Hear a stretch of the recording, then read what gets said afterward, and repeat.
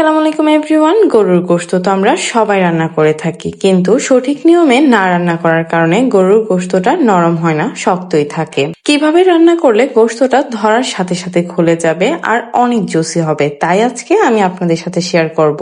By the way, welcome back to cook studio.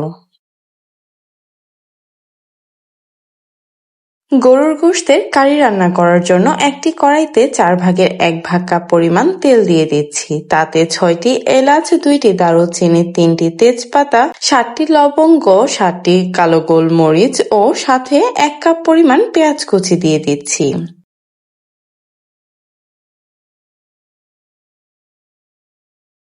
এবার পেঁয়াজটা আমি সামান্য গোল্ডেন ব্রাউন হওয়া পর্যন্ত ভালো করে কষিয়ে নিব।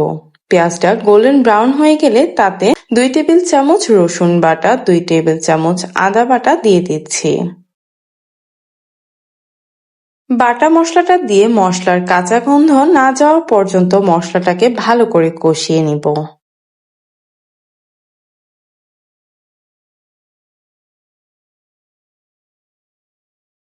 এবার এখানে 1 টেবিল চামচ হলুদ গুঁড়ো, 2 টেবিল চামচ লাল মরিচের গুঁড়ো, 1 টেবিল চামচ জিরা গুঁড়ো, 2 টেবিল চামচ ধনিয়ার গুঁড়ো দিয়ে মশলাটা পেঁয়াজের সাথে ভালো করে কিছুক্ষণ কষিয়ে নিব।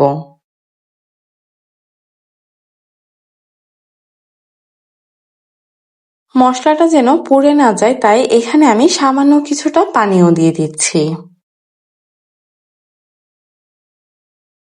সাথে এখানে আমি 2টি আলু ও স্বাদ মতো লবণও দিয়ে দিচ্ছি। আলু ও লবণটা দিয়ে আবার ভালো করে মিশিয়ে ঢাকনা দিয়ে ঢেকে মশলাটা ভালো করে কষিয়ে নিব আলুর সাথে।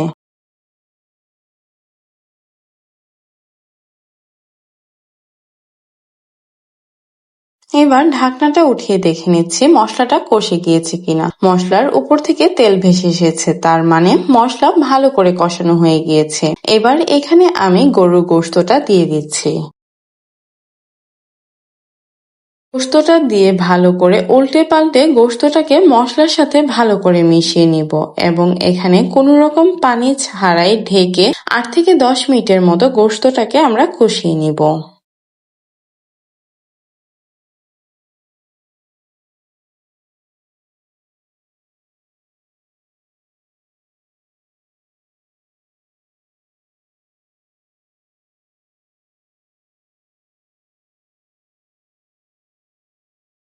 গোশত ভালো করে কষানো হয়ে গেলে এবার এখানে আমি পরিমাণ মতো গরম পানি দিয়ে দিচ্ছি। এক্ষেত্রে কোনোভাবেই ঠান্ডা পানি ব্যবহার করা যাবে না, তাহলে গোশতটা শক্ত হয়ে যাবে। তাই এখানে সবসময় গরম পানি ব্যবহার করতে হবে। গরম পানিটা দিয়ে ঢেকে প্রায় 1 ঘন্টার জন্য মিডিয়াম আঁচে রান্না করে নিব। 1 ঘন্টা পর গোশতটা যখন ভালো করে সিদ্ধ হয়ে যাবে, তখন তাতে কাঁচামরিচ ফালি ও লেবুর রস দিয়ে আরো 10 মিনিটের মতো রান্না করে নেব। এই পর্যায়ে গরুর গোশত রান্না করা আমার শেষ। চলেন এবার কুক স্টুডিও স্টাইলে পরিবেশন করে নিই।